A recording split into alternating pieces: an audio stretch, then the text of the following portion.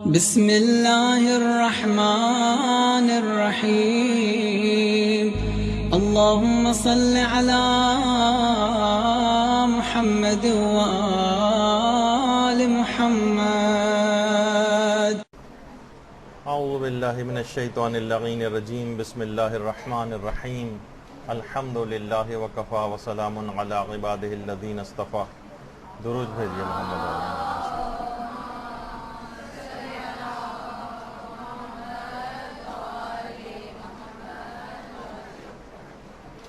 ماہ رمضان میں جو تقوی حاصل ہوتا ہے وہ ہم دیکھتے ہیں کہ پورے سال میں رمضان کے فوراً بعد ہی ضائع ہونے لگتا ہے، یہاں تک کہ ہم بالکل تہی دامہ تقوی سے ہو کر رہ جاتے ہیں. کیسے اس تقوی کو بچائیں، اس موضوع پر ہماری گفتگو جاری تھی اور تھوڑا سا اس کا ایک حصہ رہ گیا تھا جسے آج مکمل کرنا ہے. اس کے بعد تو آپ لوگوں کا امتحان ہے، اس کو دینا ہے اپنی.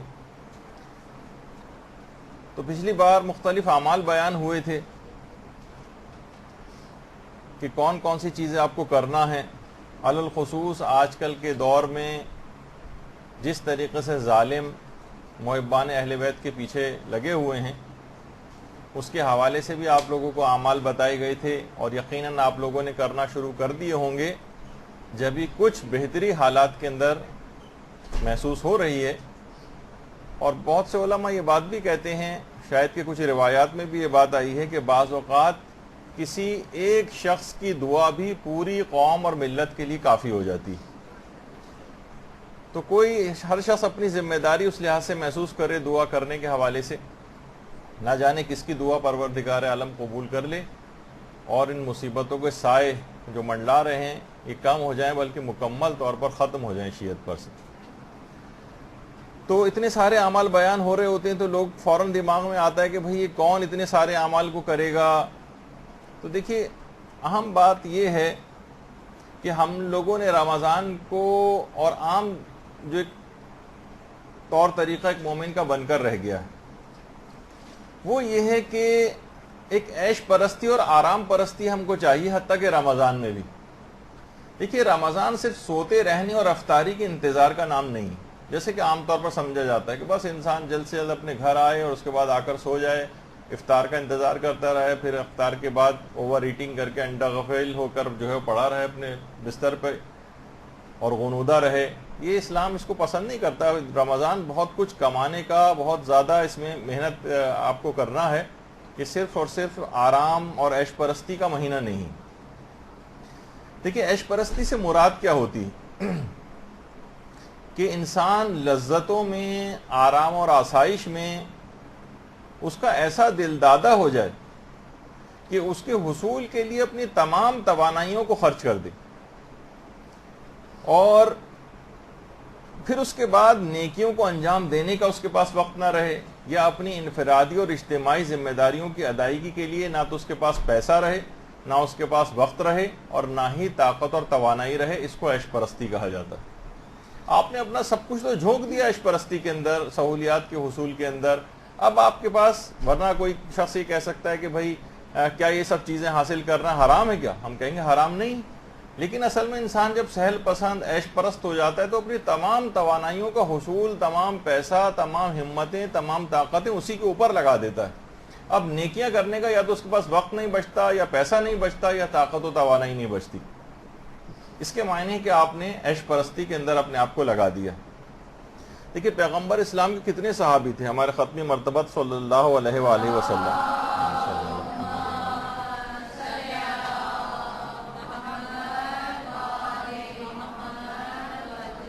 بہت سے ایسے تھے جن کا مالی بیک گراؤنڈ عیش و عشرت کے حوالے سے بہت زیادہ ایسا تھا کہ پوری زندگی انتہائی ناز و نام میں پلی ہوئی تھی. مصعب ابن عمیر انتہائی عیش و آرام، جس وقت اسلام قبول کیا اور اس سے پہلے کے حالات کہ ایک عیش و آرام والے ماحول سے آئے. اس طرف بہترین لباس مصعب پہنا کرتے تھے روایتوں کے اندر. اس حد تک ہے کہ مکے کی گلیاں ان کے لباس کی خوشبو سے معطر ہو جاتی تھیں جہاں جہاں سے مصعب گزرتے تھے.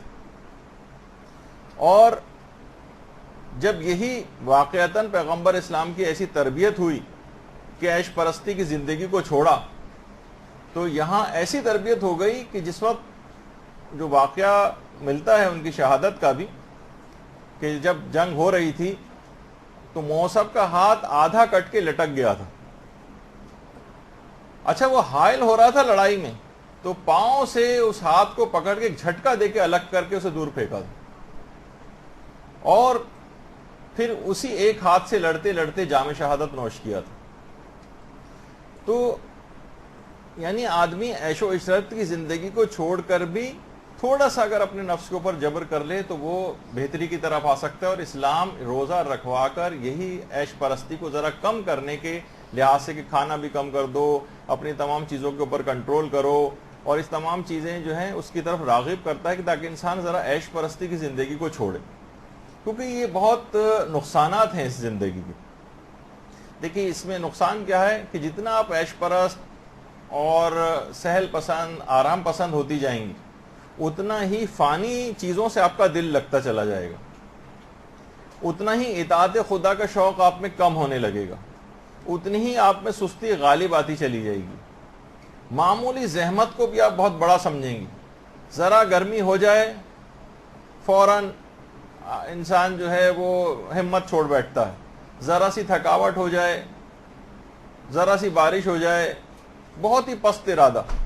آج دیکھیں کہ اکثر کا آج روزہ ہوگا جبھی تعداد جو ہے وہ کم نظر آ رہی ہے خواتین کی یہاں پر. یعنی یہ اسی کو کی ایک ریفلیکشن ہے یہ جو کہ ہمیں عمومی زندگی میں نظر آتی ہے کہ ذرا سی بھی اگر معمولی سی بھی کسی تھوڑی سی اوپر نیچے معمولات زندگی میں کوئی کمی بیشی ہو جائے، یہ گرمی ہو جائے، بارش ہو جائے، اور کوئی ہلکا پھلکی سی بھی چیز آ جائے تو فوراً ہم ہاتھ پاؤں چھوڑ بیٹھتے ہیں اور اپنے تمام دینی ارادوں اور پروگرامز کو خیر آباد کہہ دیتے ہیں. انسان پست ارادہ ہو جاتا ہے عیش پرستی کی طبیعت سے، محنت سے جی چرانے لگتا.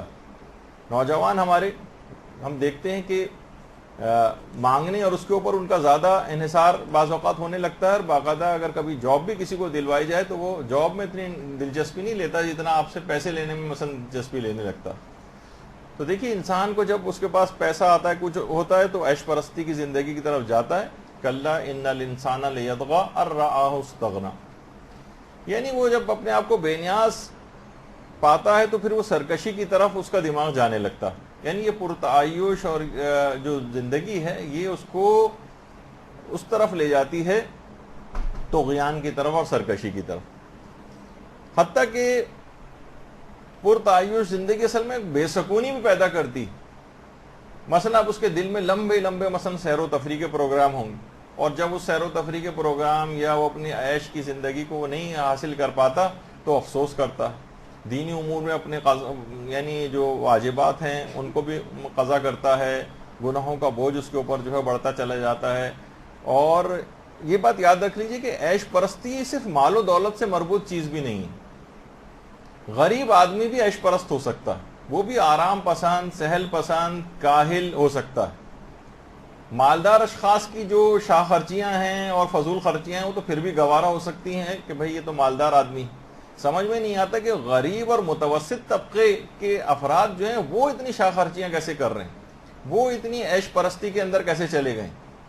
ان کی شادیاں، ان کی سالگرہیں، ان کی رسمیں، ان کی مہندیاں، ان کی دعوتیں موویوں میں جس طریقے سے لٹانا، نہ صرف یہ کہ بہت افسوسناک ہے بلکہ ناقابل برداشت بھی. یعنی امیر آدمی کی تو چیز پھر بھی سمجھ میں آتی ہے، غریب اور متوسط طبقے کے لوگ اس کے اندر امیروں کی دیکھا دیکھی کیوں اس میں انوالو ہو رہے ہیں. حتیٰ کہ سودی قرضے لیے جا رہے ہیں اور کریڈٹ کارڈ سے قرضے لیے جا رہے ہیں اور بیسیاں ڈال ڈال کر عیش پرستی والی جو شادیوں کی تقریبات اور وہ ہیں وہ کی جا رہی ہیں.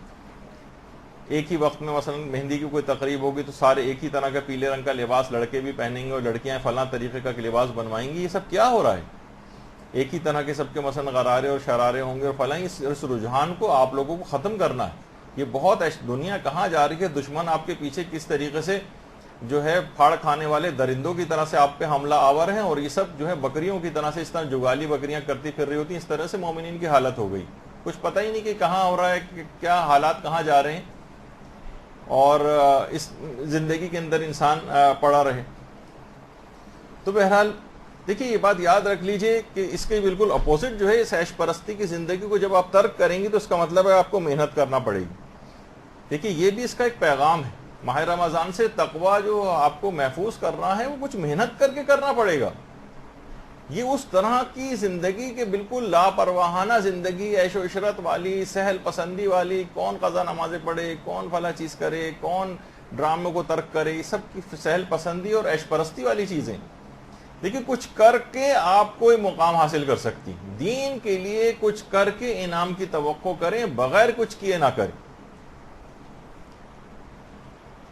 آیت اللہ عبد الحسین امینی جن کے متعلق اکثر و بیشتر ذکر ہوتا رہتا ہے، صاحب الغدیر، ان کے متعلق معلوم ہے نا کہ 40 سال تک علامہ امینی نے مسلسل محنت کر کے 17 گھنٹے کی روزانہ کی محنت 40 سال تک کی ہے اور کتاب الغدیر لکھی تھی، اور جس میں 10,000 کتابیں اول صفحے سے آخر صفحے تک پڑھی تھیں اور تقریباً 1 لاکھ کتابوں سے اوورال استفادہ کیا تھا. کتنا وقت لگا ہوگا. پھر انڈیا بھی اس سلسلے میں گئے تھے اور انڈیا میں بھی ان کی کافی اس لحاظ سے پذیرائی ہوئی تھی. انڈیا کے مومنین ان کو بڑا ویلکم کہا تھا. بہت کچھ تقریبات اور پروگرامز کے اندر جو ہے بلائے بھی جاتے تھے وہاں پر.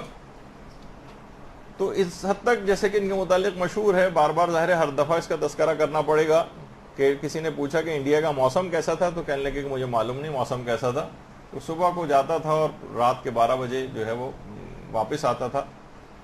تو اتنی زیادہ محنت کے بعد اس مقام کو حاصل کیا کہ ان کے اپنے بیٹے ڈاکٹر ہادی امینی، جن کا پچھلی مرتبہ میں نے تذکرہ کیا تھا، وہ کہہ رہے تھے کہ جب یہ بیمار ہوئے تھے اور پھر اس بیماری کے عالم میں ہی ان کا انتقال ہو گیا تھا ان کے والد کا، تو کہہ رہے میں نے جو ہے خواب میں دیکھا کہ میرے والد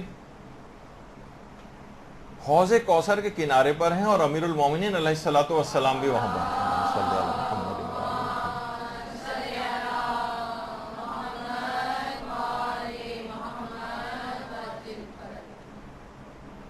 وہ آ رہے ہیں، لوگ آ رہے ہیں ان کے پاس.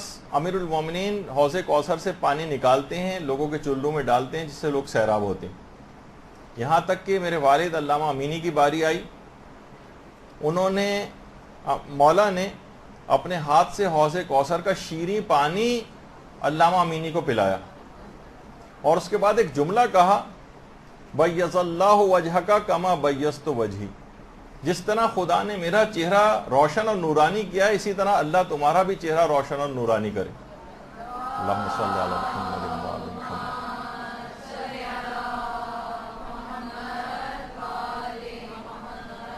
دیکھیے کوئی مقام کو حاصل کرنے کے لیے کوئی کام کرنا پڑتا ہے، کوئی خدمت کرنی پڑتی ہے، دین کے اندر اپنا حصہ ڈالنا پڑتا ہے. اس کے لیے عیش پرستی کو، یہ بھی آرام سے ایسی پوزیشن میں تھے کہ عراق یا ایران کے اندر اطمینان کے ساتھ جو ہے وہ رہ سکتے تھے، لیکن ملکوں سفر کیا، کتاب خانوں کی خاکیں چھانی. 40 سال تک سوچئے کہ جب اتنی محنت کی ہوگی تو گھر والوں کو کتنا وقت اتنا نہیں دے پائے ہوں گے کہ جتنا دینا چاہیے تھا. ایک عام جو ہمارے دماغ میں جو خیال آتا ہے، لیکن اس کے بعد کتنے بڑے مقام کو حاصل کیا. اس محنت سے زندگی وہی تھی جو ہم آپ کو حاصل ہوتی. اسی طرح سے دیکھیے کچھ کر کے کسی مقام کو حاصل کیا جاتا ہے، یہ بات ہو رہی تھی. ملا خلیل قزوینی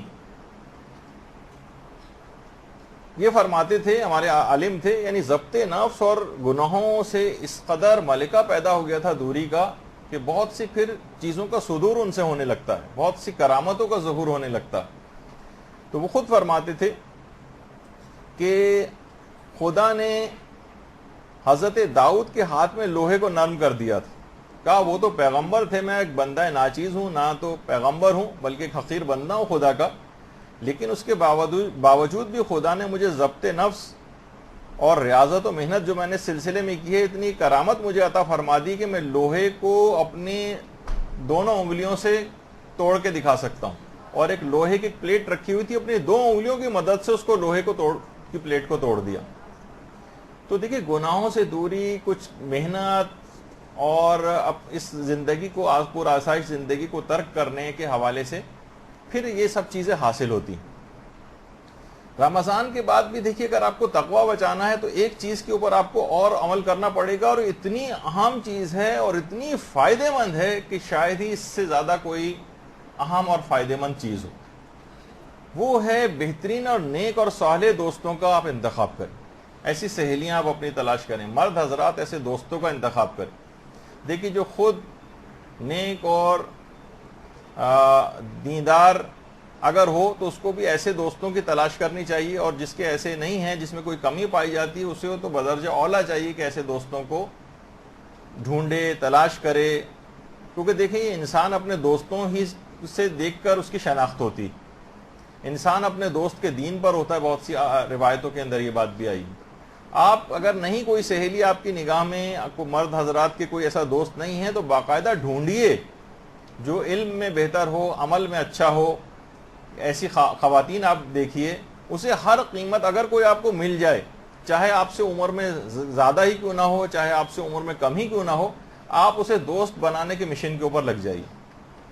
خواہ آپ کو تحفے تحائف دینے پڑے، خواہ آپ کو اس کو اپنے گھر بلانا پڑے، خود اس کے گھر جائیں، اس کے کچھ کام آئیں، پھر خود جب وہ اچھی آپ کی سہیلی اور دوست بن جائے تو پھر اس کے بعد اپنے گھر والوں کے لیے، اپنے بچوں، رشتہ داروں اور دیگر مومنین کے لیے آپ مل بیٹھ کے پلان کر سکتے ہیں کہ معاشرے کو کیسے تبدیل کرنا ہے، اپنے آپ کو کیسے تبدیل کرنا ہے، اپنے گھر والوں کو کیسے تبدیل کرنا ہے، اپنے بچوں کو کیسے تبدیل کرنا ہے۔ اور یہ تمام چیزیں ایسی ہیں کہ یہ مرد حضرات ہیں جیسے باقاعدہ ایسے علماء کی مجالست بہت ضروری ہے کہ یہ علماء کے پاس جائیں، علماء کو اپنے گھر بلائیں، ان کی دعوت کریں، گھر میں بیٹھ کے ڈسکشنز ان سے کریں۔ یہ تمام چیزیں یعنی اتنا زیادہ آپ کے اندر فرق ڈالے گی یہ چیز بنسبت اس کے کہ آپ گھر پہ انفرادی اعمال کریں، دعائیں پڑھنی ہیں، نمازیں پڑھنی ہیں، انفرادی اعمال، لیکن دوست آپ کی کچھ نہ کچھ ایسی گڑبڑ ہیں یا عام دنیا دار ہیں، چلیں اتنی گناہ گار نہیں ہیں لیکن دنیا دار ہیں، آپ سے بیٹھتی ہیں تو فقط دنیا کی باتیں، کپڑوں کی باتیں، زیور کی باتیں، مرد ہے تو صرف سیاست کی باتیں، ادھر ادھر کی باتیں کر کے چلے جاتے ہیں، اور آپس میں دین کے لحاظ سے بات نہیں کرتے، تعلیمات کے حوالے سے بات نہیں کرتے، اپنے آپ کو تزکیہ نفس کے حوالے سے بات نہیں کرتے، تو یہ سب لوگ بیکار ہیں، ان سے دوستی کو فائدہ نہیں بلکہ نقصان۔ تو دیکھیں کردار سازی کے حوالے سے مردوں کے لحاظ سے بھی کہ ان کے علماء کے پاس جائیں، بیٹھیں، یہاں پر بھی ہوتا ہے، ہمارے مولانا غلام علی وزیری صاحب اکثر ان کا درس نہیں بھی ہوتا تو یہاں پر آ جاتے ہیں، اور یہاں پر اکثر گھنٹوں بیٹھے رہتے ہیں، اور اپنی معرفت کی باتیں، اپنے ذاتی تجربات، علماء مجتہدین نجف کے واقعات ادھر ادھر سناتے ہیں کہ ماحول ایک بنتا ہے اور اس کا پھر اثر ہوتا ہے۔ تو مجالست جو ہے وہ کافی ضروری ہے۔ تو کہا جاتا ہے نا کہ دیکھیے اگر مشک بیچنے والے کے پاس، خوشبو بیچنے والے کے پاس انسان اگر بیٹھے تو یا دو ہی صورتیں، یا تو خوشبو کو خرید لے گا یا کم سے کم اس کے پاس سے ضرور خوشبو آنے لگے گی اتنی دیر جو وہاں پر اس کی دکان پر جا کر بیٹھا۔ کہا جاتا ہے نا کہ یک زمانہ صحبت با اولیاء بہتر از 100 سالہ طاعت بیریا، یعنی کسی بھی اچھے شخص کے پاس جو ہے وہ اس کی صحبت میں وقت گزارنا 100 سال کی ایسی عبادت سے بہتر ہے کہ جس میں ریاکاری کا نام و نشان نہ ہو، اس سے بھی کہیں زیادہ بہتر ہے تھوڑا سا وقت اس کے ساتھ لگانا۔ دیکھیے عام طور پر اگر کوئی شخص ڈاکٹر بنتا ہے تو کیا گھر پہ کوئی کتابیں ڈاکٹری کی پڑھ کے بن سکتا ہے؟ نہیں، اس کو ان اپنے جیسوں کے ساتھ، ان میڈیکل کے افراد کے ساتھ، ان طالب علموں کے ساتھ 5-6 سال گزارنا پڑتے ہیں، ان کے ساتھ رہنا پڑتا ہے کہ ان کے ساتھ رہ کر اتنا کچھ پڑھ لے، اور پھر اس کے بعد اس کو ڈگری دی جاتی ہے، پھر فوراً ہی وہ علاج کے قابل نہیں ہوتا، بلکہ علاج کرنے کے، بلکہ پھر وہ ہاؤس جاب اس کو کیا جاتا ہے، سینئر ڈاکٹرز کی مصاحبت اور مجالست اس کے ساتھ کروائی جاتی ہے کہ ان کے ساتھ رہ کر سیکھے۔ کیوں آخر کہا جاتا ہے کہ مساجد کے اندر نماز پڑھنے کا ثواب بہت زیادہ ہے؟ کیوں کہا جاتا ہے؟ کیونکہ وہاں پر نیک لوگ وہاں پر آتے ہیں، نیک لوگوں کی مصاحبت وہاں پر ہوتی۔ تو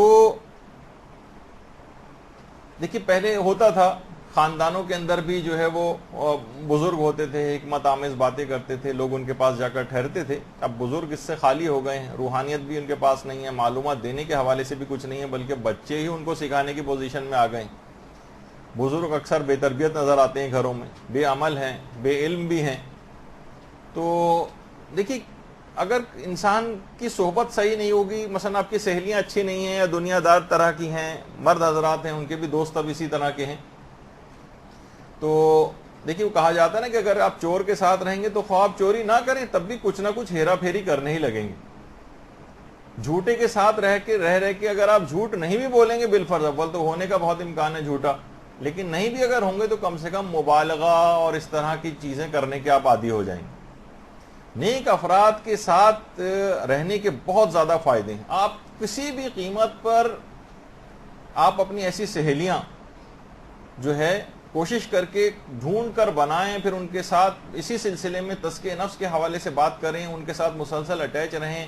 کوئی آپ کے اندر کوئی کمی بھی ہوگی تو اس کی مدد سے دور ہوگی، اس کے اندر کوئی کمی ہوگی آپ کی مدد سے دور ہوگی، دونوں ایک دوسرے کی غلطیوں کو بھی پوائنٹ آؤٹ کریں گے، اصلاح کریں گے. حتیٰ کہ جو مصلح اور بہترین دوست ہوتے ہیں وہ اپنے رشتہ دار، اپنے جو دوست ہوتے ہیں، دوستوں کے رشتہ دار، ان کے بچے، ان کے متعلق بھی خیر خواہی کا جذبہ رکھتے ہیں کہ ان کا بھی کوئی عمل غلط نہ ہو، ان کے ساتھ بھی یہ نہ ہو، اس کو امر بالمعروف کریں گے، نہیں یہ طریقہ کار صحیح نہیں ہے، آپ یوں کر لیجئے وہ کر لیجئے. تو بہت فرق پڑتا ہے.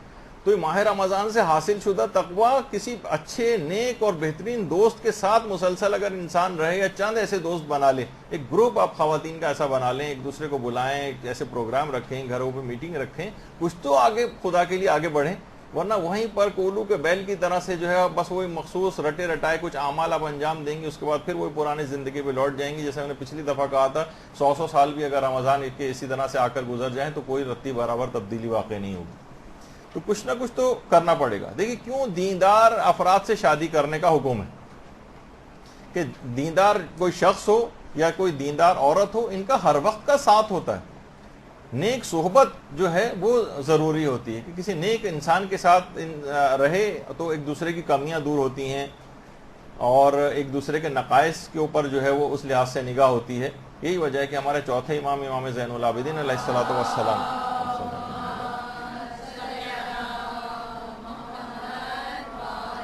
فرماتے تھے کہ نیک لوگوں کی مجالست اور جو صحبت ہے یہ یعنی مفہوم روایت کا کہ یہ اصلاح کی طرف جو ہے وہ لے جاتی. انسان اس کی اپنی بھی اصلاح ہو جاتی، ان کے ساتھ رہ کے عمل کے اندر بہت تبدیلی اس کے واقع ہو جاتی. اور بہت سے افراد جو اس طرح کے نیک افراد ہوتے ہیں بہت زیادہ ان کے ساتھ رہنا بھی ضروری نہیں ہوتا. بعض کا اتنا زیادہ طبیعتوں میں نفوذ ہوتا ہے کہ بہت کم مدت میں بھی وہ دوسروں کو تبدیل کر سکتے ہیں. تو اور اسی طریقے سے اگر کوئی برا دوست ہے تو کہ پاک و پاکیزہ دودھ کا پورا ایک برتن وہاں پہ رکھا ہوا اور ایک قطرہ اس کے اندر جو ہے شراب کا گر جائے یا پیشاب کا گر جائے تو پورے کے پورے دودھ کو نجس کر دے گا. رمضان بہت سو کا تو آج سے شروع ہو گیا، کچھ کا کل سے شروع ہوگا. دیکھیے رمضان کے شروع ہونے سے پہلے یہ ہے کہ انسان لوگوں کے حقوق واپس کرے. یہ ایک بہت اہم بات ہے. کچھ خصوصیت کے ساتھ کچھ چیزوں کی آپ کو عادت ڈالنی. لوگ چیزیں لے کے رکھ لیتے ہیں، قرضے واپس نہیں کرتے ہیں، لوگوں کے حقوق آپ کے ذمے پر ہوتے ہیں. یہ بات یاد رکھ لیجئے کہ آیت اللہ علی آقا قاضی فرماتے تھے کہ کسی شخص کا ایک حق بھی اگر آپ کی گردن پر ہے تو وہ روحانیت کے ایک باب کو بند کر دے گا. ایک حق بھی اگر آپ کی گردن کے اوپر کسی کا ہے، کسی کا کوئی پیسہ آپ نے واپس نہیں کیا، کوئی کتاب واپس نہیں کی، کوئی سامان لے کر آئے واپس نہیں کیا، قرضہ واپس نہیں کیا، کوئی بھی ایسی چیز کہ جو آپ نے کسی کا کوئی نقصان کیا ہے، کوئی حق آپ کی گردن پر ہے، جتنے حق گردن پر ہوں گے وہ روحانیت کے اتنے باب بند کرتے چلے جائیں گے. روحانیت کے جتنے باب بند ہوں گے اتنا ہی تقوی کے اندر کمی واقع ہوگی اور رمضان سے حاصل شدہ تقوی وہ محفوظ نہیں رکھ پائیں گے آپ، کیونکہ اکثر و بیشتر تو دروازے آپ نے بند کر دی. تو دیکھیے تمام لوگوں کے جو اموال ہیں نا وہ سب خدا ہی کے مال ہیں، اللہ نے استعمال کرنے کے لیے لوگوں کے ہاتھ میں دی. اللہ کے مال کو دبا کر آپ کیسے جو ہے وہ اس کو راضی کر سکتی ہیں؟ اور خدا نے اپنی رضا کو لوگوں کی رضا میں بھی قرار دیا. یہ کیسے ممکن ہے کہ اس کے بندے آپ سے راضی نہ ہوں، ان کی چیزیں آپ نے واپس نہیں کرتی ہوں اور پروردگار آپ سے راضی ہو جائے؟ یہ ممکن نہیں. رسالت الحقوق جو چوتھے امام کا باقاعدہ ان کے اقوال پہ مشتمل رسالہ ہے، وہ آپ جا کر پڑھیں کہ اس میں حقوق جس انداز سے جو ہے وہ بتائے گئے. تو اس ماہ رمضان کے اندر ایک سٹیپ فارورڈ ہونے کے لیے ایک چیز آپ اور بھی ہے کہ کسی ایک ناراض رشتہ دار کو آپ راضی کریں، تعلقات آپ کے بحال ہو جائیں گے. یقین کیجئے کوئی مشکل کام نہیں ہے، صرف بیچ میں اپنی کچھ انانیت آڑے آئی ہوئی ہوتی ہے جس کی وجہ سے تعلقات خراب ہوتے ہیں. صرف ایک یا دو فون کال پر آپ کے تعلقات بہتر ہو جائیں گے، ایک کھانے کی یا افطار کی دعوت سے تعلقات بہتر ہو جائیں گے، ایک معمولی سے تحفے پر بھی آپ کے حالات بہتر ہو جائیں گے. اتنی معمولی سی انویسٹمنٹ کر کے. ایک صاحب بتا رہے تھے کہ ان کے آفس کا جس جگہ آفس تھا وہاں پر جو چوکیدار تھا وہ ان صاحب کے پیون کو جو ہے جو سامان لاتا لے جاتا تھا اس کی سائیکل کھڑی ہونے نہیں دیتا تھا وہ. تو اس نے کیا کیا کہ روزانہ جو سموسے آفس والوں کے لیے لاتا تھا وہ ایک سموسہ اس چوکیدار کے ذمے کر دیتا تھا.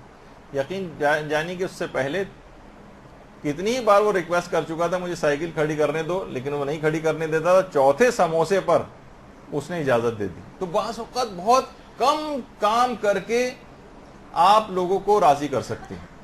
بہت سے بزرگ ایسے ہیں، بہویں ایسی ہیں کہ آپ بہت چھوٹی چیز اگر کریں گی تو آپ کی ساس آپ سے راضی ہو جائیں گی. معمولی سے ان سے فون کال پہ آپ راضی ہو سکتی ہیں. کسی آتے جاتے آپ کو ان سے صرف اجازت لے لیں کہ میں فلاں جگہ پہ جا رہی ہوں، ان کو اطلاع کر دیں.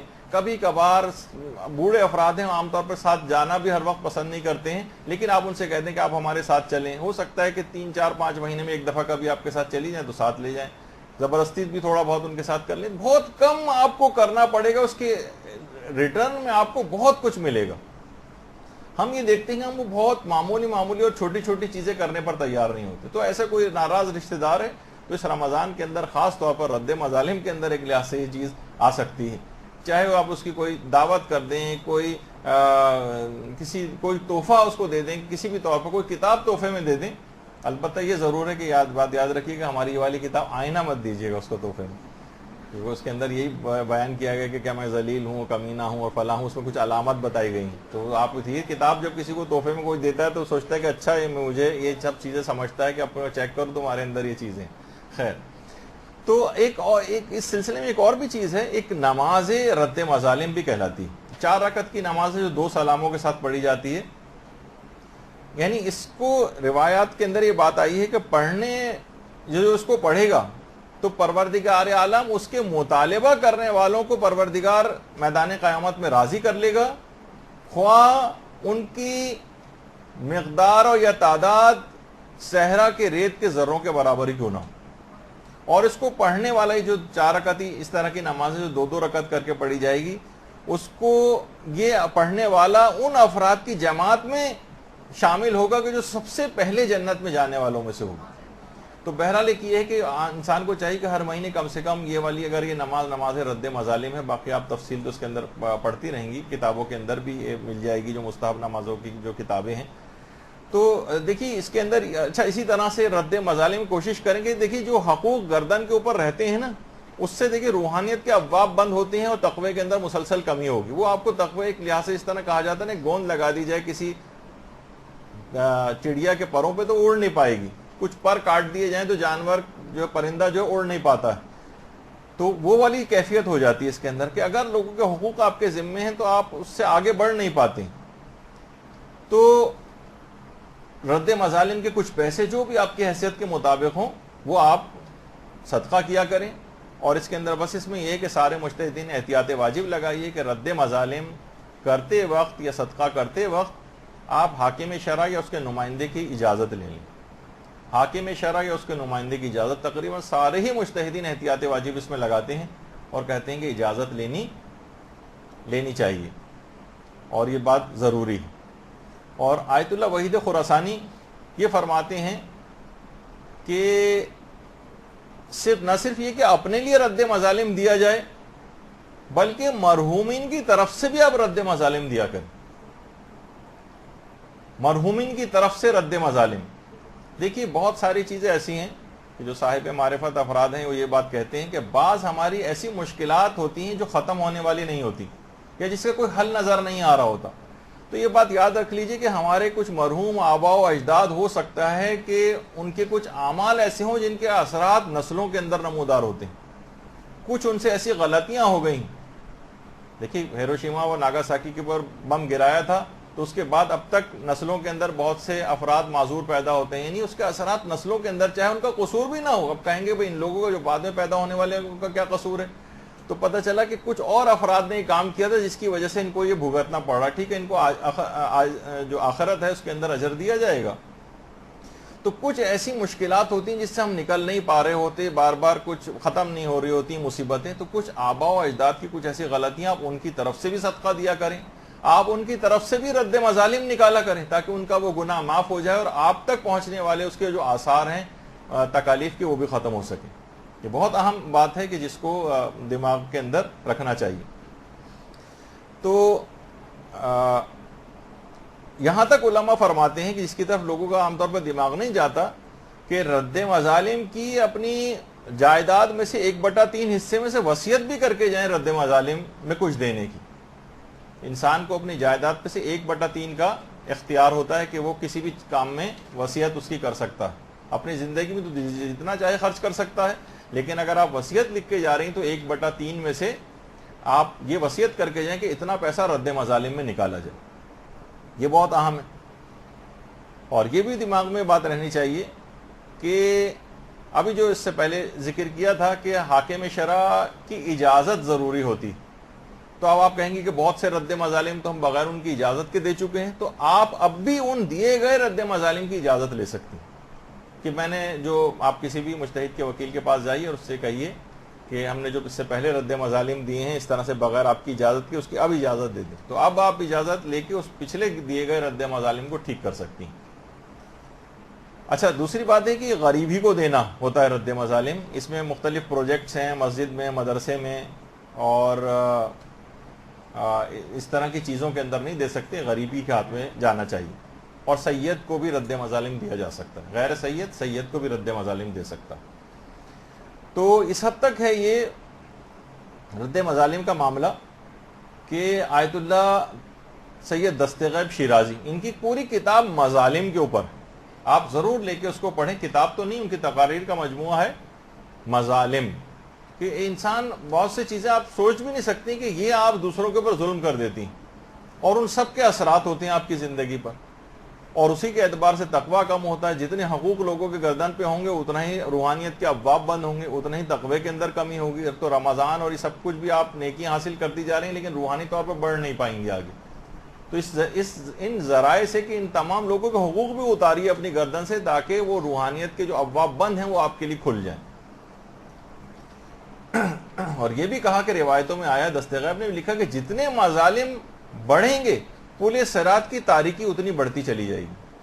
اور پھر ایک موقع ایسا آئے گا کہ پل صراط انتہائی بال سے زیادہ باریک اور تلوار کی دھار سے بھی زیادہ تیز. اس کی کچھ تشریحات الگ بھی ہیں، لیکن بہرحال یہ کہ انسان کو یہ جتنے سوچیے آپ کہ جتنے مظالم بڑھیں گے اتنے پل صراط کے اوپر تاریکی بڑھتی چلی جائے گی. یہاں تک کہ سید دست غیب نے لکھا کہ کچھ روایت میں یہ بھی ہے کہ انسان اپنے پاؤں کے انگوٹھے تک کو نہیں دیکھ سکے گا، اتنی تاریکی ہوگی وہاں. تو اس جگہ، اس تاریک جگہ پر، اس جگہ پہ کیسے چلے گا؟ بہرحال اس کی کچھ تعبیرات اور بھی ہیں اس کو قطع نظر کرتے ہوئے اس سے. تو بہت ساری دیکھیے چیزیں ایسی ہیں جو امانتاً بھی آپ کے پاس ہوتی ہیں. امانت کا معاملہ بھی دیکھیے اتنا سنگین ہے کہ اس کو استعمال نہیں کر سکتے. بہت سے لوگ گھر میں رکھی ہوئی ہے، اپنے پاس حفاظت سے رکھی ہوئی، لیکن خود بھی اس کو استعمال کرنے لگتے ہیں. نہیں، نہ اس کو خراب کر سکتے ہیں امانت کو، حتیٰ کہ اس امانت کو مزید اچھا بھی نہیں کر سکتے.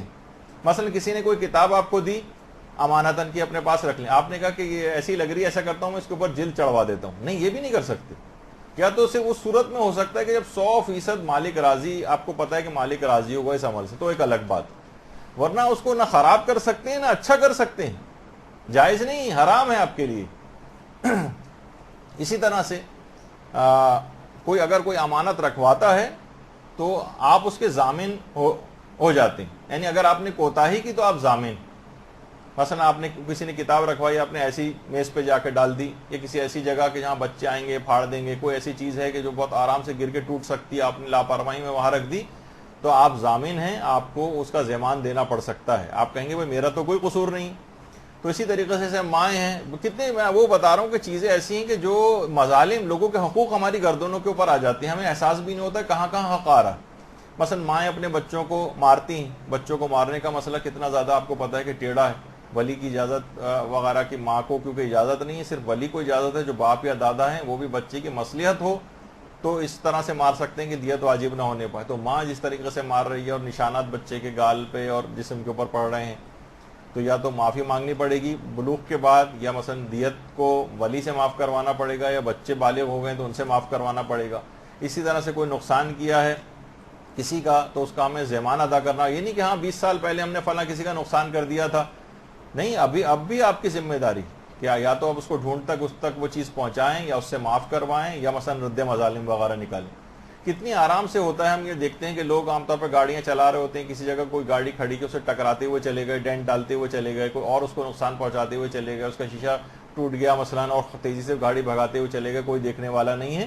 تو یہ سب چیزیں ایسی ہیں کہ ان سب چیزوں کے آپ مسئول اور ذمہ دار ہو جاتے ہیں، چھوڑ نہیں سکتے ہیں. اور اتنی سب چیزیں بڑھتی چلی جاتی ہیں پچھلی زندگی میں، جب تک آپ پورا نہیں کریں گے اسے گناہ بھی لکھے جاتا رہتا ہے کہ آپ نے اس تک حقیقی مالک تک وہ چیز کیوں نہیں پہنچائی.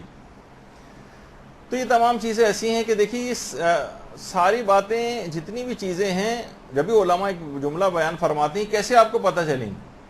ضروری ہے کہ سیرت معصومین کا مطالعہ لازمی طور پر آپ کرتی رہیں تاکہ آپ کو یہ پتہ چلتا رہے کہ کس موقع پر ہمارے ائمہ نے کیا کیا تھا، تو وہی موقع جب آپ کے سامنے آ جائے تو آپ کے سامنے ایک لاہ عمل رہے. بعض اوقات یہی ہوتا ہے نا کہ ہم نے کیونکہ مطالعہ بہت کم ہے لوگوں کا، بلکہ ہے ہی نہیں، ختم ہے. اور جب سے کمپیوٹر وغیرہ آئے ہیں تو لوگ کتابوں سے اور ہی دور ہو گئے ہیں. وہ تو اچٹتی پچٹتی غلط سلط معلومات، وہ جو اس کے اوپر جو دوسرا ان کو پیسٹ کر دیتا ہے، جو فیس بک کے اوپر ادھر ادھر لے جا کے دیکھ لیتے ہیں، سوچتے ہیں بس یہی بات صحیح ہے جو اس کے اندر کہی جا رہی. ڈس انفارمیشن اس وقت عراق کے لحاظ سے جتنی زیادہ پھیلائی جا رہی ہے، باقاعدہ پورے مشن اس کے اوپر کام کر رہے ہیں، بڑے بڑے نشریاتی ادارے بالکل غلط انفارمیشن آپ لوگوں تک پہنچا رہے ہیں، لیکن لوگ کیا ہیں، خوفزدہ اور دہشت زدہ ہو کر اس لحاظ سے بیٹھے ہوئے ہیں کہ جو وہ کہہ رہے ہیں بس اس کے اوپر ہمیں وہ کرنا ہے. تو دیکھیے بہت ساری چیزیں ایسی ہیں کہ اپنا ذاتی اور حقیقی مطالعہ اپنے سورسز سے وہ آپ حاصل کریں. یہی وجہ ہے کہ علماء فرماتے ہیں کہ کم سے کم اگر ممکن ہو سکے تو جیسے بہار الانوار ہے، اس میں اگرچہ ساری کتابیں تو نہیں، 10-11 جلدوں کا ترجمہ ہوا ہے، لیکن وہ آپ پڑھیں. اور آیت اللہ علی آقا قاضی جو فرماتے تھے وہ تو کہتے تھے کہ تاریخ اسلام کو ہر مومن کو کم سے کم پیغمبر اسلام کی ولادت سے لے کر 260 ہجری تک کم سے کم ضرور مطالعہ کرنا چاہیے. آپ سیرت معصومین ہیں ان کی کتابیں وغیرہ خریدیں. مختصر ابتدائی طور پر تو نقوش عصمت وغیرہ جو کہ نسبتاً مختصر بھی ہے، وہ آپ لے کے علامہ ذیشان اظہر جوادی کی پڑھنا شروع کر رہے ہیں تو بہت ساری چیزوں کو آپ سے واقفیت ہوگی. ان کی سیرت، پھر احسن المقال ہے اور اس طرح کی اور کتابیں ہیں، اور بہار ہے. یہ آپ اپنا مطالعہ بڑھیں گے تو آپ جب سیرت کا مطالعہ کریں گے تو آپ کو پتہ چلے گا کہ مثلا رشتہ دار گھر پہ لڑنے کے لیے آ جائے تو چوتھے امام کا کیا طریقہ کار تھا، آپ کو یاد آ جائے گا. فلاں موقع پر امام نے کیا کیا تھا، فلاں موقع پہ کسی نے کوئی تکلیف پہنچائی تھی تو امام نے کیا کیا تھا. ہر موقع کے لیے آپ کو امام کا وہ واقعہ سیرت کا پہلو یاد آ جائے گا اور آپ اس کو کریکشن کر دیں گے. یہ بہت اہم بات ہے. اسی طریقے سے روزانہ آپ کی ذمہ داریوں میں سے ایک ہے کہ کم سے کم 10 فقہی مسئلے تو علی الخصوص اس رمضان سے ہی آپ اس کی عادت ڈالیں. آپ کی ایک سائڈ ٹیبل ہونی چاہیے، جسے میں نے پہلے بھی کہا تھا، ایک چھوٹا ایک ٹیبل لیمپ وہاں پر ہونا چاہیے تاکہ دیگر لوگوں کی نیند ڈسٹرب نہ ہو. اور آپ سونے سے پہلے لازمی وہاں پر چند ایک کتابیں، ایک چھوٹا قرآن کہ آپ ایک صفحہ اس کا پڑھ لیں، 5-7 منٹ میں وہ صفحہ پڑھ لیا جائے گا. توضیح المسائل یا اس طرح کی کوئی اور کتاب مسائل کی وہ آپ اٹھا کر پڑھ لیں کہ روزانہ 10 اگر مسئلے بھی سونے سے پہلے پڑھ لیں گے، کتنی 5 منٹ کے اندر پڑھے جائیں گے 10 مسئلے. تو اتنا بھی انسان اگر اتنا سہل پسند اور عائش پرست ہو جائے کہ وہ روزانہ کی اپنی اس طرح کی معلومات بھی حاصل نہ کر سکے تو پھر پوری زندگی جہالت کے ساتھ گزارے گا، اور آخرت میں جب جائے گا تو اسے پتہ چلے گا کہ میں کتنا مجھے نقصان ہو گیا. دیکھیے مسائل فقہ سے واقفیت یوں بھی بہت ضروری ہے کہ زیادہ ان افراد کے اوپر ہوتا ہے. یعنی باقاعدہ مجھے تو بڑا ذاتی طور پر بڑا افسوس ہوتا ہے، کتنے بزرگ ایسے ہیں کہ جو اپنی قضا نمازیں پڑھ رہے ہیں اور 20-20 30-30 سال کی قضا نمازیں پڑھ چکے ہیں، لیکن مسائل فقہ سے جہالت کی وجہ سے وہ پڑھی جانے والی اب نمازیں وہ بھی باطل، کیونکہ وضو صحیح نہیں، کیونکہ نمازوں کی کچھ ایسی غلطیاں جس سے نماز باطل ہو جاتی. تو اپنی جہالت کی وجہ سے انسان اتنی محنت بھی کرتا ہے، اضافی محنتیں کرتا ہے، لیکن پھر بھی اس سے رہ جاتا ہے. تو اپنے عمل کو ٹھیک کرنا یہ بہت ضروری ہوتا ہے. قبولیت کا مرحلہ اس کے بعد آتا ہے. ایک عالم نے، بہرحال وہ شیعہ عالم دین تو نہیں تھے، غیر شیعہ عالم دین تھے، خود ان کا میں کسی جگہ پڑھ رہا تھا، کیا کہنے لگے کہ لوگوں کی جہالت، یعنی مطالعہ نہیں، حج پہ بھی جاتے ہیں تو ذرا سا بھی کچھ پڑھ کے نہیں جاتے. کہہ رہے ہیں میں مینا کے میدان میں موجود تھا اور میں مرد حضرات بھی بیٹھے ہوئے تھے, خواتین بھی بیٹھی ہوئی تھیں. میں جاتے ہوئے کہہ کے گیا کہ آپ سب لوگ اپنا حلق کروا لیں, پھر میں آتا ہوں تھوڑی دیر میں, پھر ہم آگے کے مسائل بتائیں گے آپ. واپس آیا تو مردوں کے ساتھ تمام عورتیں بھی گنجی ہو کر بیٹھی ہوئی تھیں. تو ان کا کہنا یہ تھا کہ آج سے 20-30 سال پہلے کا کوئی وہ واقعہ بتا رہے تھے کسی اپنے کاروان کا. تو اگر انسان واقعی اس کا پورا عمل بھی جو ہے وہ ضائع ہو جاتا ہے اپنی جہالت کی وجہ سے. انہی صاحب نے وہ دوسرا واقعہ بھی اپنے کتاب کے اندر لکھا ہے کہ کسی کو ہم نے دیا کہ ان کو کچھ پڑھنے کے لیے پڑھنا آتا ہے, تو طواف کی دعائیں وہ شخص پڑھ رہا تھا اور اس کا ترجمہ بھی پڑھتا جا رہا تھا. تو کہتے لوگوں کو اس سے اندازہ لگائیں کہ وہ پڑھتا ہوا جا رہا ہے طواف کی دعائیں, اور اس کے آخر میں لکھا ہوا تھا, جہاں طواف کی دعائیں ختم ہو رہی تھیں اس میں آخر میں نیچے لکھا ہوا تھا ریاض سے چھپی. کتابوں کے لکھا ہوتا ہے نا کہاں سے چھپی ہوئی, تو سارا مجموعہ بھی طواف کے دوران ایک ساتھ مل کے آواز میں لگا کہہ رہا ہے ریاض سے چھپی. تو اب مسئلہ یہ کہ کہہ رہے ہیں جہالت کی وجہ سے, یعنی انسان کا کوئی عمل انجام بھی دے رہا ہوتا ہے بغیر معرفت کے, اسے کچھ پتہ ہی نہیں میں کیا پڑھ رہا ہوں, کیا فائدہ کیا ہے ان کا. تو یہ بہت ضروری ہے کہ انسان اپنے مطالعے کو بڑھائے, اپنے علم کو بڑھائے, مسائل کی معلومات کو بڑھائے. اور دیکھیے یہ بھی بہت اہم بات ہے کہ اگر کسی کو مثلا اس کی وضو صحیح نہیں ہے, نمازیں صحیح نہیں ہیں, بہت سارے افراد ہم جو یہاں پر آپ نہیں بیٹھے ہوئے دوسری جگہوں بیٹھ کے سنتے ہیں, وہ کیوں آخر یہ نہیں کرتے مثلا کسی 1 مہینے کے لیے 2 مہینے کے لیے فقط, ساری زندگی کے لیے نہیں کہہ رہے, کسی بھی ایک دینی طالب علم کو, ایک عالم کی باقاعدہ کوئی ان سے جو ہے ٹیوشن پڑھ لیں. کسی طالب علم خود نہیں جا سکتے تو گھر پہ بھی بلوا سکتے ہیں, ورنہ اب تو اسکائپ اور اس کے اوپر بھی پڑھانے کی جو ہے وہ بہت سہولیات ہو گئی ہیں. لوگ اس سے بھی استفادہ اس وجہ سے کہ جتنے بھی یہ سب چیزیں ایجادات ہیں ان سے بھی آپ استفادہ کریں. کتنی دیر لگے گی, کتنے ٹائم لگے گا, مہینہ بھر لگے گا آپ کا وضو اور نماز اور واجبات وغیرہ کو ٹھیک ہونے میں, 2 مہینے لگ جائیں گے, اس سے زیادہ تو نہیں لگے گا نا. پھر تو معلومات اور جتنی بھی بڑھاتی رہیں, لیکن کم سے کم آپ کی بیسک جو عبادات ہیں وہ تو ٹھیک ہو جائیں. تو لوگ ہم یہ دیکھتے ہیں کہ فینسی گیجٹس اور جتنے بھی یہ ہیں, ایک سے ایک ان کے پاس موبائل فون ہیں اور ایک سے ایک کمپیوٹر ہیں اور لیپ ٹاپ ہے اور پتہ نہیں کیا کیا چیزیں ان کے پاس اس لحاظ سے ہوتی ہیں, اور آئی پیڈس ہیں اور کیا کیا ہیں. لیکن جہاں دین کا معاملہ پیسہ خرچ کرنے کا آتا ہے وہاں پر ہم اچانک سے کنجوسی دکھانے لگتے ہیں. مثلا آپ گھر پہ اچھا سا ایک انٹرنیٹ کنیکشن جو ہے وہ لیں, مثلا کمپیوٹر پہ اسکائپ پہ پڑھنے کے لیے, تاکہ آواز نہ رکے, کچھ نہ ہو, پتہ چلا وہی آپ نے 250-300 والا پیکیج لیا ہوا ہے اور اس کے اندر کوئی چیز ہو ہی نہیں پا رہی ہے. باقی آپ ہر چیز کے اوپر اسراف پہ اتنا پیسہ خرچ کر رہے ہیں, لیکن جو واقعتاً خرچ کرنے والی جگہ ہے وہاں پر خرچ نہیں کر رہے. تو اب آپ دیکھیں کہ پروردگار عالم کو دیکھیے, صحیح عبادت مطلوب ہے, فارمیلٹی والی عبادت مطلوب نہیں. کتنی ایسی چیزیں, اب تو دیکھیے دیکھا جائے تو واقعتاً جہالت کا کوئی عذر بھی آپ کے پاس نہیں رہا ہے, بلکہ کسی کے پاس بھی نہیں رہا. ایسا جو دور آ گیا, کتنے دینی مدارس ہیں اور ان کی کتنی ویب سائٹس ہیں. خود ہمارے تھوڑے عرصے بعد انشاءاللہ بہت اچھے انداز میں ایک ویب سائٹ لانچ ہونے والی ہے مدرسے کی بھی. اسی طریقے سے مثلا ویڈیو چینل ہیں, اور اس کے علاوہ مختلف جو ہیں فیس بک وغیرہ کے جو ہے اکاؤنٹس ہیں وہ بھی ہیں, جس سے آپ مسائل فقہ وغیرہ بہت پابندی کے ساتھ آپ کو روزانہ بھی اگر آپ اس کو ورک گردانی اس کی اگر اس لحاظ سے کریں ان پیجز کی, تو آپ کو کافی معلومات اس سے مل سکتی ہیں. اسی طرح سے مثلا مولانا شہریار آبدی کی shiaViews.com کر کے ایک ویب سائٹ ہے باقاعدہ, اور مسائل فقہ بہترین, یعنی پوری توضیح المسائل انہوں نے ماشاءاللہ اس کے اندر بہت اچھے انداز میں پوری توضیح المسائل کو درس کی صورت میں اس کے اوپر ڈالا ہوا ہے. آپ اس کے اوپر جا کر سن سکتی ہیں. بہت آپ کو کہیں گے جناب غسل کے فلاں مسئلے ہمیں سمجھ میں نہیں آ رہے ہیں, آپ جائیں ان کے سیکشن کے اندر باقاعدہ غسل والے اس کو کلک کر دیں, آپ سمجھ لیں مسئلوں کو. وہ پوری توضیح المسائل کو انہوں نے اس کے اوپر ڈال دیا ہے, بہت اچھا ہے. اسی طریقے سے مثلا جو درس فقہ ہے, درس اخلاق ہے, یہ آپ جو ویب سائٹس ہیں ان کے اوپر جا کر باقاعدہ سن سکتی ہیں. ضروری نہیں لوگ جو آج کل عدیم الفرصتی کے بہانے لیتے ہیں, ہمارے پاس ٹائم نہیں ہے اور آنے جانا میں مشکلات ہو گئی ہیں, حالات بھی صحیح نہیں ہے, تو گھر میں مدرسہ چل کے آپ کیا آ گیا ہے. اسی طریقے سے ویڈیوز ہیں کتنی اس کے اوپر, مولانا صادق حسن صاحب کی بے شمار اس کے اوپر ہیں. آپ پورے درس فقہ, درس اخلاق سب کچھ ان کے جو ہے سن سکتی ہیں. صادقحسن.com کے نام سے ان کے انآفیشیل پیج بھی, جس کے اوپر سارے ان کے دروس جو ہیں وہ موجود ہیں. کتنے اچھے اچھے اور دینی مدرسے ایسے ہیں جن کے اپنے پیج آپ باقاعدہ تحقیق کریں, نکالیں, ان کو ایڈ کریں, ان کے اوپر گاہے بگاہے جا کر دیکھیں. ہر چیز موجود ہے، کتابیں موجود ہیں، DVDs بھی حتیٰ کہ اویلیبل ہیں، ہر کچھ تو موجود ہے۔ دیکھیں ہمارے ساتھ ایک اور بھی بڑا مسئلہ ہے کہ میں نے پچھلی مرتبہ بھی کہا تھا کہ بچوں کے سلسلے میں والدین کو ہم دیکھتے ہیں کہ دینی معاملات کے اندر ان سے بخل کرتے ہیں، پتہ نہیں میکڈونلڈ اور KFC اور کیا کیا ہزاروں روپے مہینے کے ان کے اوپر خرچ کرتے ہیں، لیکن جہاں اس کو کوئی اس طرح کی کوئی چیز آئے، کوئی کتابیں لینی ہو، کوئی DVDs لینی ہو، کوئی اسٹیشنری، اس میں کبھی بھی بخل نہ کریں، ان کو بہترین سے بہترین چیز، بلکہ ٹیچر بھی اگر کوئی ان کے اوپر آپ لگوا رہے ہیں دینی تعلیم کے لیے، تو چاہے زیادہ پیسے خرچ کرنا پڑے اس کے لیے کوالٹی والا ٹیچر لگوائیں۔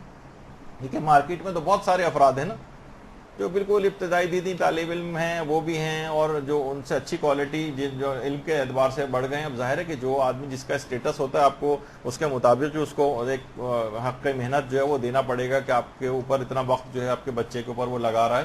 تو اس معاملے میں دیکھیے بالکل بھی بخل نہ کریں، یہ دین کا معاملہ ہے کیونکہ، اور جب یہ روایتوں کے اندر بھی کہ اپنے کانوں کو واعظ و نصیحت اور تعلیمات اہل بیت سے انسان آراستہ رکھے، باقاعدہ اپنے کانوں کو مسلسل اس کے اندر کیونکہ نفس دیکھیے آپ کے بہکانے کے لیے آپ کے پیچھے لگا ہوا ہے، شیطان آپ کے پیچھے لگا ہوا ہے، بری عادتیں جو بار بار گناہ کرنے کی وجہ سے راسخ ہو گئی ہیں ہمارے اندر وہ ہوا ہے۔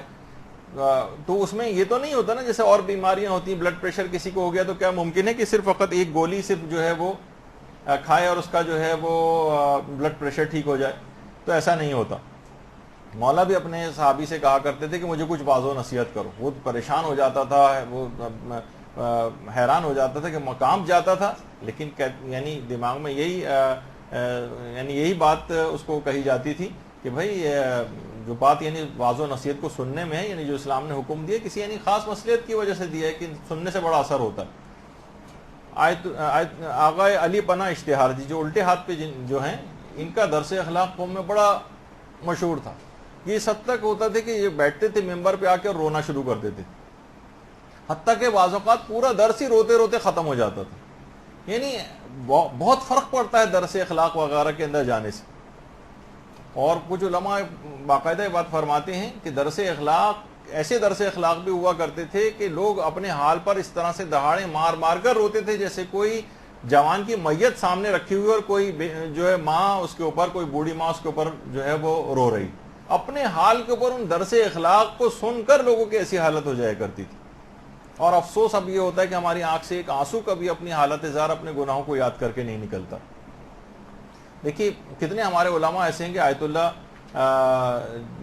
سبزواری، سید عبدالعالی سبزواری، ان کے متعلق ملتا ہے کہ بہت سارے خود فرماتے تھے کہ مکاشفات عرفانیہ کے دوران توفیق الہی کے طفیل ایک دفعہ میں نے کربلا کے مناظر میں سے ایک منظر کا مشاہدہ کیا تھا، اور اس کے بعد سے پھر خود وہ کہتے تھے کہ جب بھی وہ منظر میری نگاہوں میں آتا ہے تو میں کانپ جاتا ہوں اور بے اختیار دہاڑے مار مار کے رونے لگتے تھے، یہاں تک کہ آیت اللہ سید عبدالعالی سبزواری اس وجہ سے بھی اور گناہوں کو یاد کر کے واعظ و نصیحت کی باتوں کو سن کر رو رو کے آنکھیں ضائع ہو گئیں، بینائی کھو بیٹھے تھے اپنی۔ تو دیکھیے یہ سب چیزیں اس انداز سے ہوتی ہیں کہ لیکن ہم ہیں کہ ہم عیش پرستی اور یہ سب چیزوں کے اندر جو ہے وہ لگے ہوئے ہیں۔ تو یہی بات ابھی ہو رہی تھی کہ گھر میں دینداری کے فروغ کے لیے آپ کو چاہیے کہ اگر کسی شخص کے لیے ممکن ہو تو مال کو خرچ کرے۔ دیکھیے اگر ہم واقعتاً دیکھیں تو پچھلی مرتبہ بھی بات آئی تھی کہ بچوں کے لحاظ سے اسکولوں کی کتنی فیسیں ان کی ہوتی ہیں، اور اس کے علاوہ کالج یونیورسٹی وغیرہ کی کتنی فیسیں ہیں، اور کتابوں کی کتنی ہیں، اور ٹیوشنز کی کتنی ہیں، اور لانا لے جانا، اور پیٹرول اور ڈرائیور اور وقت، اور اپنی نیندیں خراب کرنا، مائیں کس طرح سے اٹھتی ہیں، تیار ہوتی ہیں، ناشتے بناتی ہیں، کتنا پیسہ اس کے اندر پورا انوالو اور محنتیں انوالو ہوتی ہیں۔ لیکن اخلاقی اور روحانی اور دینی تربیت کے لیے والدین کتنی محنت کرتے ہیں آپ یہ بتائیے، اور یا کتنا پیسہ خرچ کرتے ہیں اس کے مقابلے میں۔ ہم یہ نہیں کہہ رہے کہ جتنا پیسہ اس پہ خرچ کرتے ہیں اتنا اس پہ بھی کریں، لیکن اگر کر بھی دیں تو کوئی ایسی بات نہیں کہ آپ کوالٹی والے ان کے لیے ٹیچرز رکھوائیں۔ آپ ظاہر ہے 500 روپے مہینہ پڑھانے اور جو گھر پہ ہر مہینے آپ کے آ رہا ہے 1000 روپے آپ اس کو دے رہے ہیں، تو وہ کیا کوالٹی والی آپ کو تعلیم جو ہے اس لحاظ سے دے گا۔ جن افراد کے لیے ممکن ہے پیسے کو خرچ کرنا، وہ ان جگہوں ان چیزوں کے اوپر باقاعدہ کوالٹی ایجوکیشن دین کی بھی دلوائیں ان کو، چاہے اس کے لیے کچھ مال ہی کیوں نہ خرچ کرنا پڑے۔ اور اس لحاظ سے اخلاقیات کے دروس دیکھیے بہت ضروری ہیں۔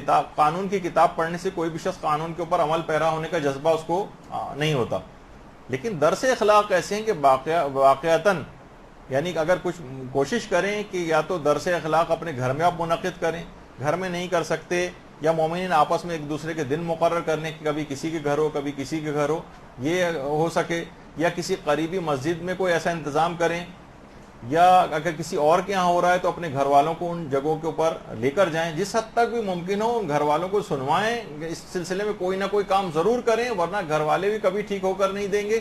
مسلسل ایک بیماری کی دوا کی طرح سے کہ بلڈ پریشر یا شوگر کا جو مرض اگر کسی کو ہو جاتا ہے تو وہ مسلسل اس کو دوا روزانہ کی بنیاد پر کھانی ہوتی ہے، تو واعظ و نصیحت بھی روزانہ کی آپ کی نیڈ ہے۔ تقوی پرہیزگاری جو رمضان سے حاصل ہوگی یہ اسی وقت محفوظ رہ سکے گی کہ جب باقاعدہ آپ پورے سال اس طرح سے اپنے آپ کو واعظ و نصیحت کو سننے پہ لگا کے رکھیں گے۔ اگر جہاں وقفے اس کے اندر آئیں گے اور بڑے بڑے وقفے آنے لگیں گے، وہیں آپ کا سارا رمضان سے حاصل کیا گیا تقوی ضائع ہو جائے گا۔ یہی وجہ ہے کہ اچھا اس میں اس کا بھی کوئی دخل نہیں، آپ سوچیں کہ بہت بڑا کوئی اجتماع وہاں پر ہو، نہیں، دو دو تین تین چار چار خواتین۔ کتنے کراچی کے ایسے علاقے ہیں جو میں ذاتی طور پر واقف ہوں کہ جہاں پر خواتین کے درس جو ہے وہ چل رہے ہیں، جس میں 5 7 8 خواتین ہوتی ہیں، لیکن وہ ساری دلچسپی کے ساتھ سننے والی ہیں، تو درس کامیابی کے ساتھ اب تک جاری تھی۔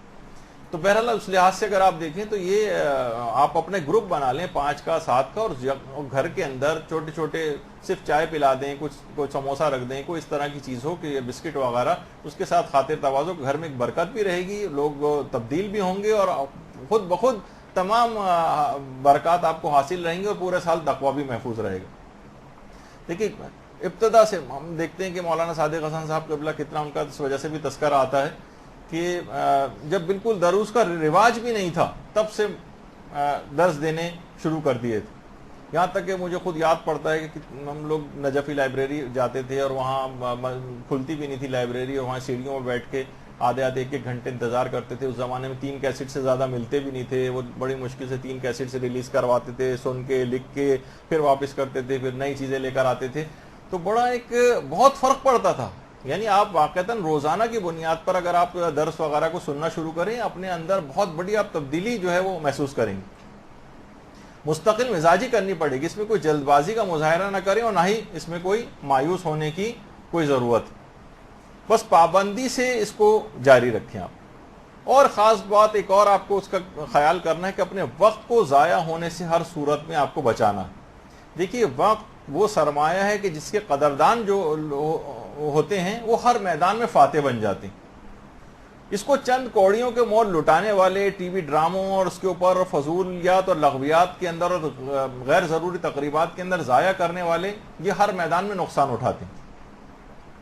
کہا جاتا ہے کہ وقت کا ضیاع جو ہے وہ موت سے بھی بدتر ہے۔ دیکھیے موت تو صرف اہل دنیا سے انسان کو کاٹتی ہے نا، جبکہ وقت کا ضیاع آپ کو آخرت کے کاموں سے کاٹ دیتا ہے، اور ہمیشہ ہمیشہ کی جو آپ کی زندگی ہے اس کے اندر خرابیاں پیدا کر دیتا ہے۔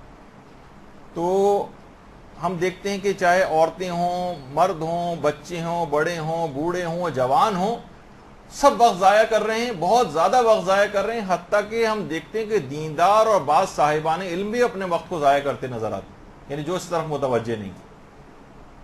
ہم لوگ دیکھ رہے ہیں مسلسل، آپ سب کو بھی نگاہ میں ہوگا کہ لوگ موبائل فونوں کے ہاتھوں کھلونا بن گئے۔ موبائل فون سے وہ نہیں کھیل رہے، موبائل فون ان سے کھیل رہا ہوتا ہے۔ جیسے اکثر ہم دیکھ رہے ہوتے ہیں کہ بہت سے لوگ کتا لے کے جا رہے ہوتے ہیں تو یہ سمجھ میں نہیں آ رہا یہ کتے کو لے کے جا رہے ہیں یا کتا ان کو کھینچ کے لے جا رہا ہے، بعض اوقات ہوتا ہے نا آپ کو نظر آ رہا ہوتا ہے۔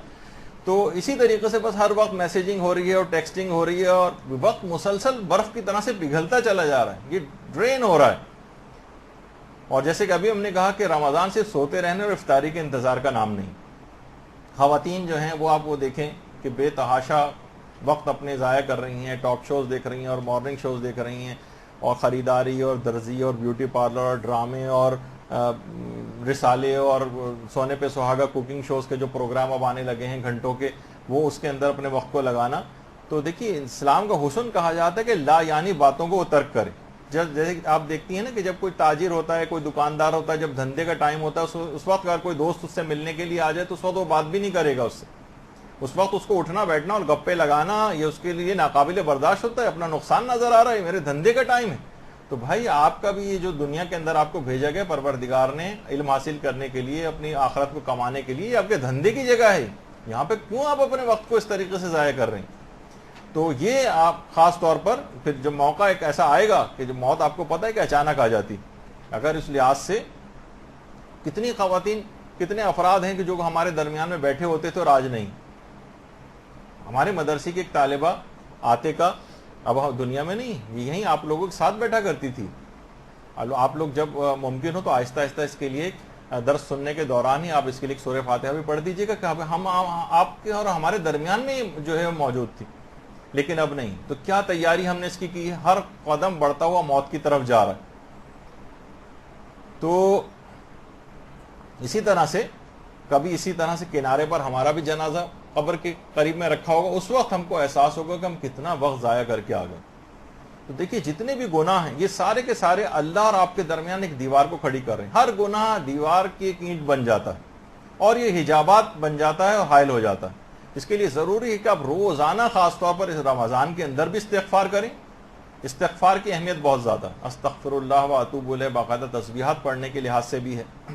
آیت اللہ کشمیری وہ جو مبتدی طالب علم ہیں ان کو کم سے کم کہتے تھے کہ 1001 مرتبہ تو روزانہ استغفار پڑھا کرو. بالکل ابتدائی دینی طالب علم جو کہ آپ بھی کا بھی جن میں شمار ہوتا ہے، 1000 سمجھے 10 تسبیحیں استغفار کی روزانہ، بلکہ 1001.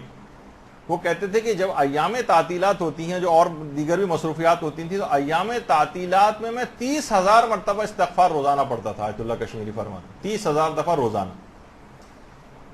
اور اسی طریقے سے روزانہ دیکھیے استغفار بھی کرنا ہے اور روزانہ کی بنیاد پر علم حاصل کرنا ہے، روزانہ کی بنیاد پر. اور کوشش کریں کہ اب تو خیر موقع نکل گیا کیونکہ پچھلی دفعہ ہی ہمیں یہ بتانا تھا کہ بیمار اور خواتین جو پچھلے رمضان کے اپنے مخصوص ایام کے لحاظ سے روزے نہیں رکھ سکی ہیں وہ اس رمضان سے پہلے ضرور رکھیں ورنہ کفارہ تاخیر واجب ہو جاتا ہے. یہ پچھلی دفعہ آپ کو ہدایت دینی تھی لیکن وہ بالکل سمجھیں اب تو ٹائم ہی اس کا بہرحال گزر گیا ہے کہ روزہ رکھنے کے حوالے سے آپ لیکن جن لوگوں کا بھی آج موجود ہوگا. اسی طرح سے ایک اور چیز ہے جو اس رمضان میں آپ کو ایک نیکی کا عادی بننا، وہ نماز شب. اب بھی عادی نہیں بنیں گی، رمضان کے مہینے میں اس کی عادی نہیں بنیں گی تو کب بنیں گی؟ وہ آپ اس کا کہ نماز شب کے عادی کیسے بنے اور اس کی جو چیزیں ہیں وہ بھی آپ کی خدمت میں درس ہو چکا ہے. تو دیکھیے شاید یہ آپ کا آخری رمضان ہو. انسان بلکہ ہر شخص اپنے رمضان کو آخری رمضان قرار دے. اس رمضان سے عہد کریں کہ اس بار سرسری انداز سے ہم اس رمضان سے نہیں گزریں گے اور تمام برکات کو کشید کریں گے اور خود کو ہم پروردگار عالم سے معاف کروا لیں گے اور سارا سال اس رمضان سے جو ہم نے تقوی کو حاصل کیا اس کی حفاظت کرتے ہوئے گزاریں گے. دیکھیے ہمیں معصومین کی ان ہدایات کے اوپر عمل کرنا ہے اور صحیح شیعہ ہونے کا ہمیں ثبوت دینا ہے. دیکھیے شیعہ ہونا کوئی جعلی ٹائٹل نہیں ہے، جیسے کوئی 100 پاؤنڈ کا کوئی مچھر پہلوان ہو اور اس کو ہیوی ویٹ کبھی چیمپئن کا کبھی اس کو جو ہے وہ ٹائٹل نہیں دیا جا سکتا. رکشہ ڈرائیور کو آپ جو ہے جہاز کا پائلٹ نہیں قرار دے سکتے. اسی طریقے سے شیعہ کا لفظ بھی، جب بھی شہید متحرک جملہ کہا کرتے تھے کہ ہم نے اہل بیت پیغمبر کے شیعہ اور ان کے محب ہونے کو اپنی اسلامی ذمہ داریوں سے فرار کا وسیلہ بنا لیا. ہم صرف یہ ان کا نام لے کر اسلامی ذمہ داریوں سے فرار چاہتے ہیں، اس کے اوپر عمل کرنا نہیں چاہتے. اس وجہ سے فقط ان کا سوچتے ہیں نام لینے سے کام چل جائے گا. نہیں، دیکھیے جو رمضان ہے، یہ جو روزہ ہے، یہ آپ کے اخلاص کا امتحان. دیکھیے امتحان ہوتا ہے تو اس کی تیاری بھی ہوتی ہے، امتحان ہوتا ہے تو اس کا نتیجہ بھی ہوتا ہے، اس میں پاس بھی ہوتے ہیں، اس میں فیل بھی ہوتے ہیں، اس میں پوزیشنز بھی لی جاتی ہیں. امتحان ہمیشہ آگے بڑھانے کے لیے لیا جاتا ہے، پیچھے دھکیلنے کے لیے نہیں لیا جاتا. خدا نہ کرے کہ ہم ان روزے داروں میں سے ہوں جن کے متعلق امیر المومنین فرماتے ہیں، درود بھیجیے اللہم صلی علی محمد،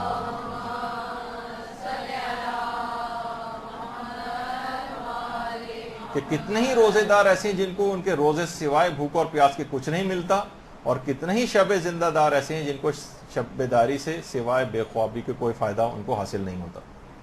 تو بہرحال اب آج سے آپ کو عہد کرنا ہے کہ بہترین رمضان ہم گزاریں گے جو پچھلے تمام رمضانوں سے الگ اور جداگانہ ہوگا.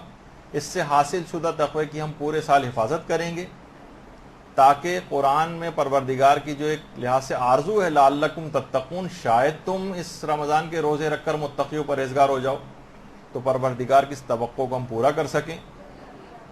اور اسی دعا پر ہم اپنا اختتام کرتے ہیں. وصلی اللہ علی محمد و آلہ الطیبین الطاہرین. اب